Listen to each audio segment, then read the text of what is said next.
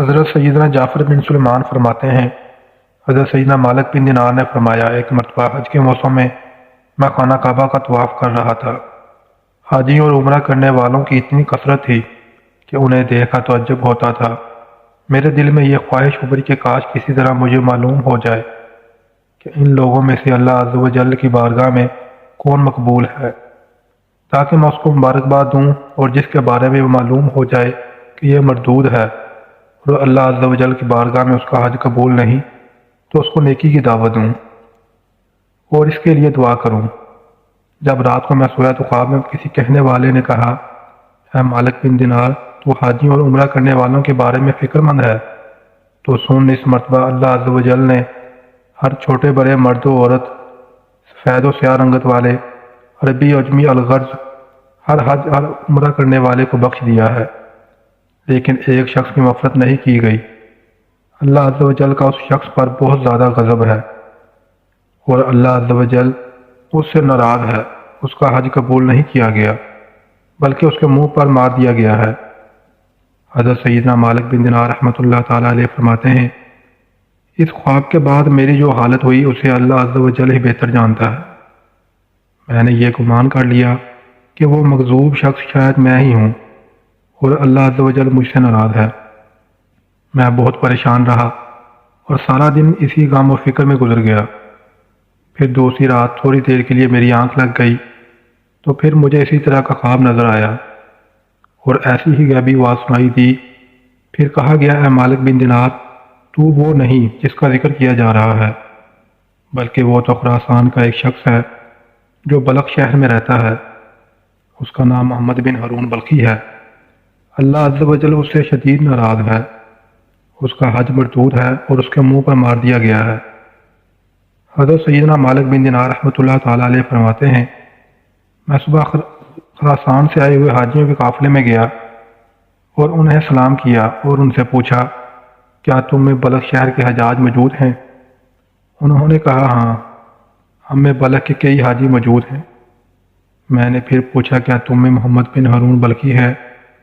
انہوں نے کہا، مرحبا، اس نیک شخص کو کون نہیں جانتا؟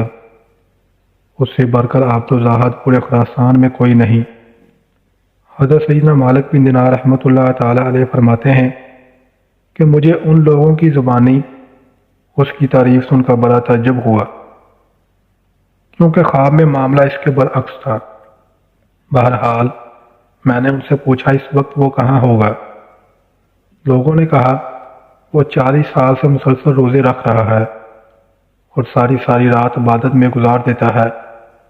اگر تم اسے تلاش کرنا چاہتے ہو تو مکہ مکرمہ کے کسی ٹوٹے پھوٹے مکان میں تلاش کرو، وہ ایسی ہی جگہوں میں قیام کرتا ہے۔ ان لوگوں سے یہ معلومات حاصل کرنے کے بعد میں مکہ شریف کے ویران علاقے کی طرف گیا اور اس ابن ہارون کو ڈھونڈنے لگا۔ بالآخر ایک دیوار کے پیچھے میں نے ایک شخص کو دیکھا۔ میں نے جان لیا کہ یہی ابن ہارون ہے۔ اس کی حالت یہ تھی کہ اس کا سیدھا ہاتھ کٹا ہوا تھا اور اس ہاتھ کی ہڈی میں سوراخ کر کے زنجیر ڈال دی گئی تھی۔ ابن ہارون نے اپنے کٹے ہوئے ہاتھ کو زنجیر کی مدد سے گردن سے لٹکایا ہوا تھا۔ اسی طرح اس نے اپنے قدموں میں بھی بیڑیاں ڈال رکھی تھیں اور وہ مشغول عبادت تھا۔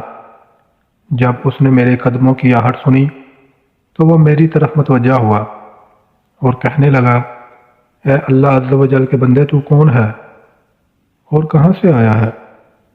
میں نے کہا، میرا نام مالک بن دینار ہے اور میں بصرہ کا رہنے والا ہوں۔ وہ کہنے لگا، اچھا، تم وہی مالک بن دینار ہو جن کی علمیت اور زہد و تقویٰ کے ڈنکے پورے عراق میں بج رہے ہیں؟ میں نے کہا، عالم تو اللہ عز و جل کی ذات ہے، اور زاہد و عابد حضرت سیدنا عمر بن عبد العزیز رحمۃ اللہ تعالیٰ علیہ ہیں۔ وہ اگر چاہیں تو خوب عیش و عشرت سے زندگی گزار سکتے ہیں، لیکن بادشاہت کے باوجود انہوں نے زہد و تقویٰ اختیار کیا، اور دنیا سے بے رغبتی ان کے اندر بدرجہ عتم پائی جاتی ہے۔ ہمیں تو دنیاوی نعمتیں میسر ہی نہیں، اس لیے ان سے دور ہیں۔ اس نے مجھ سے کہا، ہے مالک بن دینار، تم میرے پاس کس لیے آئے ہو؟ اگر تم نے میرے بارے میں کوئی خواب دیکھا ہے تو بیان کرو۔ میں نے کہا، مجھے تمہارے سامنے وہ خواب بیان کرتے ہوئے شرم محسوس ہو رہی ہے۔ تو وہ کہنے لگا، اے مالک بن دینار، تم نے جو خواب دیکھا ہے وہ بیان کرو اور مجھ سے شرم نہ کرو۔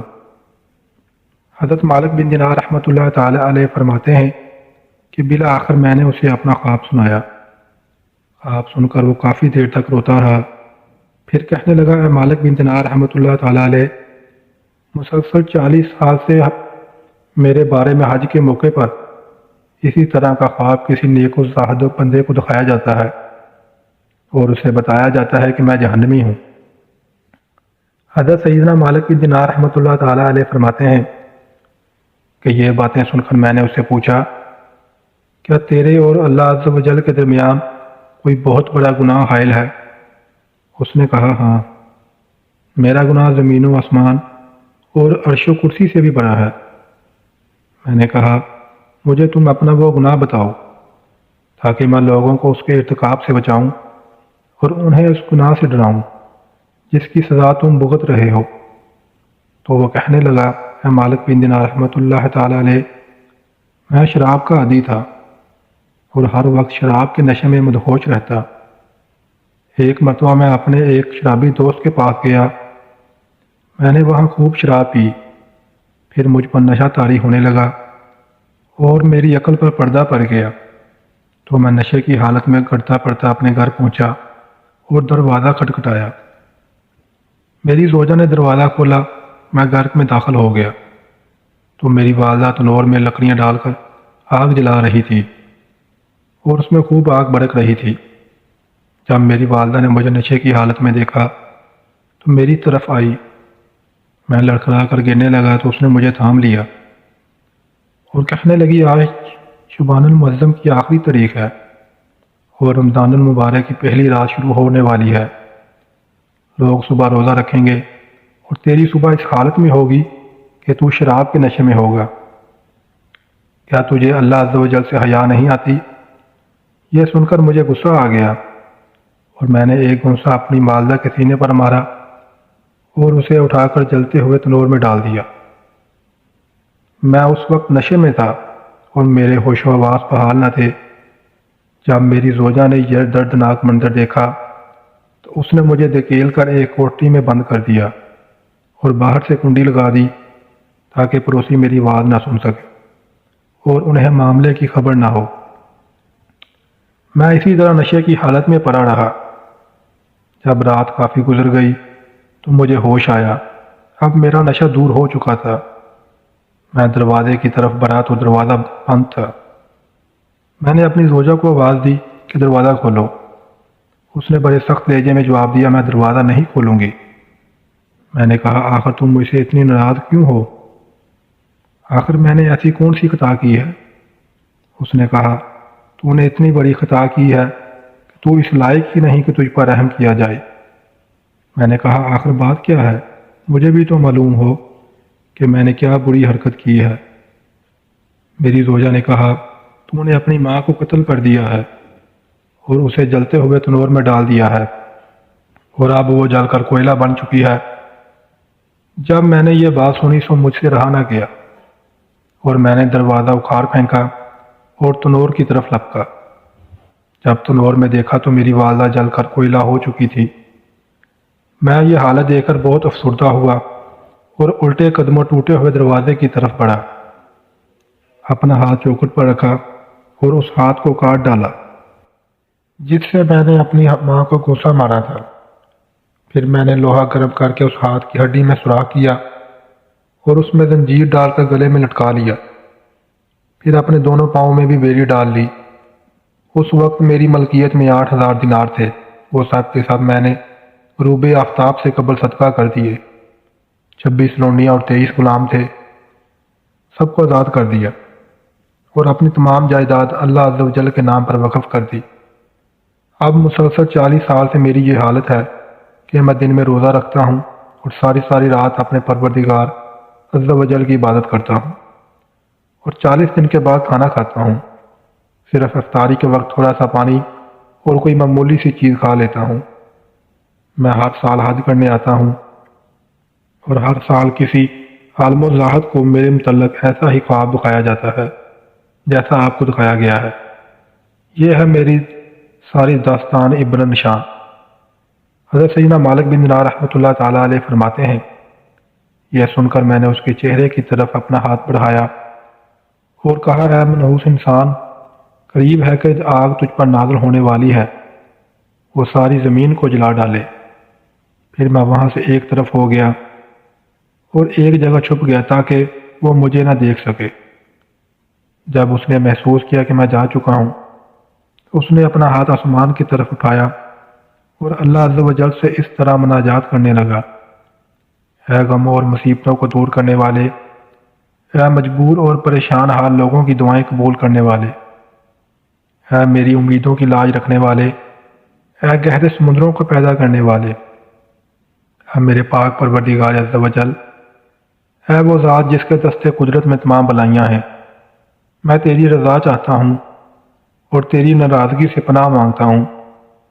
تو اپنے عفو و کرم کے صدقے مجھے عذاب سے محفوظ رکھ اور مجھے اپنی ناراضگی سے بچا۔ اے میرے پاک پروردگار عز و جل، میں کما حق کا ہوں تیری تعریف نہیں کر سکتا، تو ایسا ہی ہے جیسا تو نے اپنی تعریف خود بیان فرمائی۔ اے میرے رحیم و کریم پروردگار عز و جل، تو میری امیدوں کی لاج رکھ لے، بے شک میں تجھ سے تیری رحمت کا طالب ہوں، مجھے یقین ہے کہ تو میری دعا کو رد نہیں کرے گا، میں صرف تجھ سے ہی دعا کرتا ہوں۔ اے اللہ عز و جل، موت سے پہلے مجھے اپنی رضا کا مژدہ سنا دے اور مجھے اپنے عفو و کرم کی ایک جھلک دکھا دے۔ حضرت مالک بن دینار رحمۃ اللہ تعالیٰ علیہ فرماتے ہیں کہ میں اس کی یہ رقت انگیز مناجات سن کر اپنے منزل کی طرف لوٹ آیا۔ پھر جب رات کو نیند آئی تو دل کی آنکھیں کھل گئیں، مجھے خواب میں پیارے آقا مدینے والے مصطفیٰ صلی اللہ تعالیٰ علیہ وآلہ وسلم کی زیارت ہوئی۔ آپ صلی اللہ تعالیٰ علیہ وآلہ وسلم نے ارشاد فرمایا، اے مالک بن دینار، تو لوگوں کو اللہ کی رحمت اور اس کے عفو و کرم سے مایوس مت کر، بے شک اللہ عز و جل محمد بن ہارون کے افعال سے باخبر ہے اور اللہ عز و جل نے اس کی دعا قبول فرما کر اس کی لغزشوں اور خطاؤں کو معاف فرما دیا ہے۔ تو صبح اس کے پاس جانا اور اسے کہنا، بے شک اللہ عز و جل بروز قیامت میدان محشر میں تمام اولین و آخرین کو جمع فرمائے گا۔ اگر کسی سینگ والے جانور نے بغیر سینگ والے جانور کو مارا ہوگا تو اس کو بدلہ دلوائے گا اور ذرے ذرے کا حساب لے گا۔ اللہ عز و جل فرماتا ہے، مجھے اپنی عزت و جلال کی قسم، میں ذرے ذرے کا حساب لوں گا، اور اگر کسی نے ذرا بر بھی ظلم کیا ہوگا تو مظلوم کو ظالم سے اس کا حق دلواؤں گا۔ اے ابن ہارون، کل بروز قیامت اللہ عز و جل تجھے اور تیری ماں کو اکٹھا کرے گا اور تیرے بارے میں فیصلہ ہوگا۔ فرشتے تجھے مضبوط زنجیروں میں جکڑ کر جہنم کی طرف دھکیل دیں گے، پھر تو دنیاوی 3 دن اور 3 رات کے برابر جہنم کی آگ کا مزہ چکھے گا، کیونکہ اللہ عز و جل فرماتا ہے، میں نے اوپر یہ بات لازم کر لی ہے کہ میرا جو بندہ بھی ناحق کسی جان کو قتل کرے گا یا شراب پیے گا تو میں اسے جہنم کی آگ کا مزہ ضرور چکھاؤں گا، اگر چاہے وہ کیسا ہی برگزیدہ کیوں نہ ہو۔ اے ابن ہارون، پھر اللہ عز و جل تیری ماں کے دل میں تیرے لیے رحم ڈالے گا اور اس کے دل میں یہ بات ڈال دے گا کہ وہ اللہ عز و جل سے سوال کرے کہ اے اللہ عز و جل، تو میرے بیٹے کو بخش دے۔ پھر اللہ عز و جل تجھے تیری والدہ کے حوالے کر دے گا، تیری والدہ تیرا ہاتھ پکڑ کر تجھے جنت میں لے جائے گی۔ حضرت سیدنا مالک بن دینار رحمۃ اللہ تعالیٰ علیہ فرماتے ہیں، جب صبح ہوئی تو میں فوراً ابن ہارون کے پاس گیا اور اسے بشارت دی کہ آج رات خواب میں مجھے پیارے آقا صلی اللہ تعالیٰ علیہ وآلہ وسلم کی زیارت نصیب ہوئی۔ آپ صلی اللہ تعالیٰ علیہ وآلہ وسلم نے مجھے تیرے بارے میں اس طرح بتایا ہے۔ پھر میں نے اسے اپنا پورا خواب سنایا۔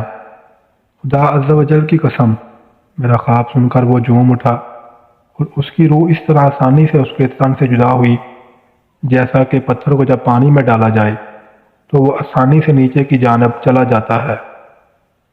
پھر اس کی تجہیز و تکفین کا انتظام کیا گیا اور میں نے اس کے جنازہ میں شرکت کی۔